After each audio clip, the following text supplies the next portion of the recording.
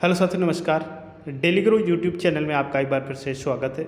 जैसा कि हम सभी को जानकारी है, पता है, उत्तर प्रदेश में त्रिस्तरीय पंचायत चुनाव चल रहे हैं, जिनका प्रशिक्षण विभिन्न जनपदों में दिया जा रहा है। किस प्रकार से आपके यहाँ जो दिया जा रहा है आप अच्छे से जान रहे होंगे। यदि आप ले चुके हैं, प्रशिक्षण नहीं लिया है, या आपके में चुनाव अभी लेट है, बाद में होने वाला है, जैसा कि पता है 4 चरणों में चुनाव होना है। तो पहला चरण जो कि आपको 15 अप्रैल को होना है, दूसरा चरण 19 अप्रैल को होना है, तीसरा चरण 26 अप्रैल को और चौथा चरण 29 अप्रैल को होना है। तो इनके लिए हमें जानकारी ये होना बहुत आवश्यक है कि लिफाफे हम लोग किस प्रकार से बनाएं, किस लिफाफे में क्या रखना है। तो वो आप पूरा देखिएगा, और कितने लिफाफे बनाने होंगे वो पूरी कितने आपको वहाँ से मिलते, उसी के अकॉर्डिंग आप अपने लिफाफों को तैयार करेंगे। सबसे पहला काम आपका ये होगा कि प्रत्येक लिफाफा पर जो भी मिला है इस टाइप का आप फॉर्मेट बना लें, जिसमें विकास खंड का नाम, मतदान स्थल का नाम, क्रमांक, बूथ संख्या, ग्राम पंचायत का नाम, और नीचे उसमें होना चाहिए आपका पीठासीन का नाम और मोबाइल नंबर हो ना हो, लेकिन पीठासीन अधिकारी का नाम और साइन या फिर साइन या दोनों होना मस्ट है। यदि आप मोबाइल नंबर भी डाल देते तब भी चलेगा। तो पहला लिफाफा तो यहाँ पर पहला सबसे फर्स्ट जो लिफाफा आप बनाएंगे उसमें निर्वाचक नामावली की चिन्हित प्रति डाल देंगे। और ये चिन्हित प्रति कौन सी होती है? जो आपका प्रथम मतदान अधिकारी होता है उसके पास जो मतदाता सूची होती है, यानी कि वोटर लिस्ट होती है, तो उस प्रति को डालना होगा जिसमें चिन्हित हो जाती है। कैसे चिन्हित होती है कि जैसे कोई मतदान कर्मी जब आता है, मतदाता आता है और वहाँ पर अपना वोट डालता है तो उसको लाइन कर देते हैं, और महिला होती है तो उसको टिक भी कर देते हैं। वो वाली प्रति इसमें डालनी होगी पहले लिफाफे में। और उसके बाद में जो दूसरा लिफाफा आपको होगा वो आप उसका उपयोग जो मतपत्र दिए गए उनकी प्रतिपर्ण जो बचते हैं, जिन पर मतदाता के साइन या अंगूठा लिया जाता है, तो एक आप क्षेत्र पंचायत के लिए बना लीजिएगा, तो क्षेत्र पंचायत में उसमें लिख दीजिएगा। दूसरा आप फिर से लिफाफा लीजिएगा, उसमें जिला पंचायत का बना लीजिएगा, उसमें जिला पंचायत वाले जो मतपत्र के प्रतिपर्ण उनको रख दीजिएगा।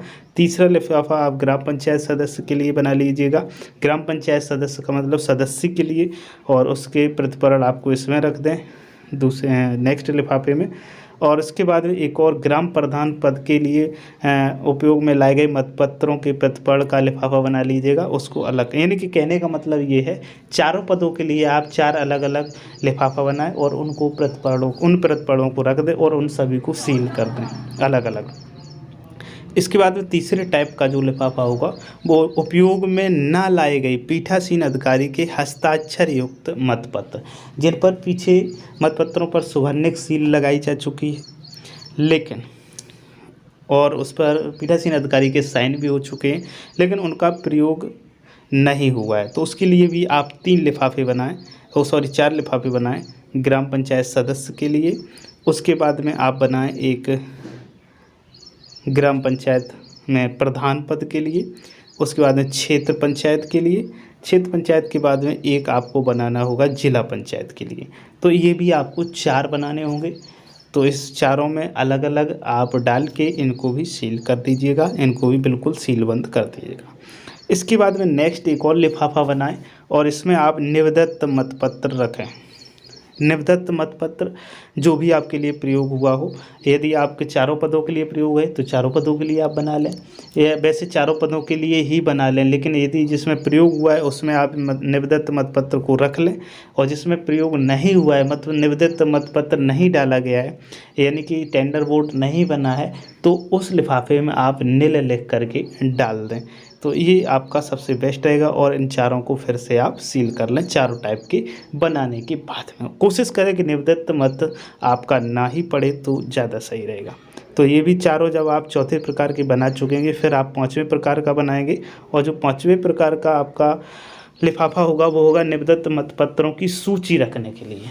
ये भी आपके 4 प्रकार के बनाने पड़ेंगे, ग्राम प्रधान के लिए, जिला पंचायत के लिए, क्षेत्र पंचायत के लिए, ग्राम पंचायत सदस्य के लिए।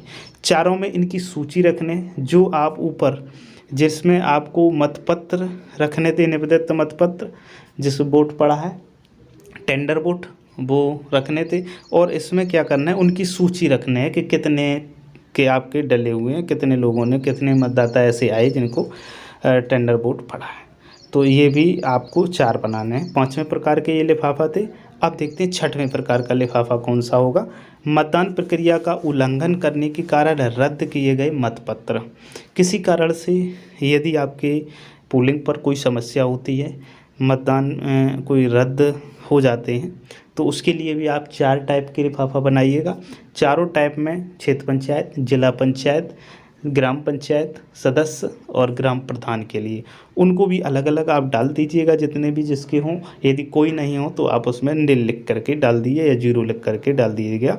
तो ये 6 प्रकार के हो चुके हैं। अब हम देखते हैं 7वें प्रकार के। तो 7वें प्रकार के जो मतपत्र होंगे वो रद्द या वापस किए गए मतपत्र रखने के लिए। तो जैसे रद्द कौन से होते हैं, या तो मिसप्रिंट है किसी में, या कोई फट गया आपसे, मान के चलिए वो भी रद्द में आ जाएगा। या फिर आप कोई मतदाता आता है और वो वोट डालने से मना कर देता है, यानी कि वो बैलेट पेपर नहीं लेता है, तो ऐसे मतपत्रों को क्या करेंगे आप इसमें रद्द वाले में डाल देंगे। और इसके भी 4 आप अलग अलग बनाइएगा, उसमें डाल दिए। तो ये फिर 7 प्रकार के। अब हम देखते हैं 8वें प्रकार के लिफाफा कौन से होंगे।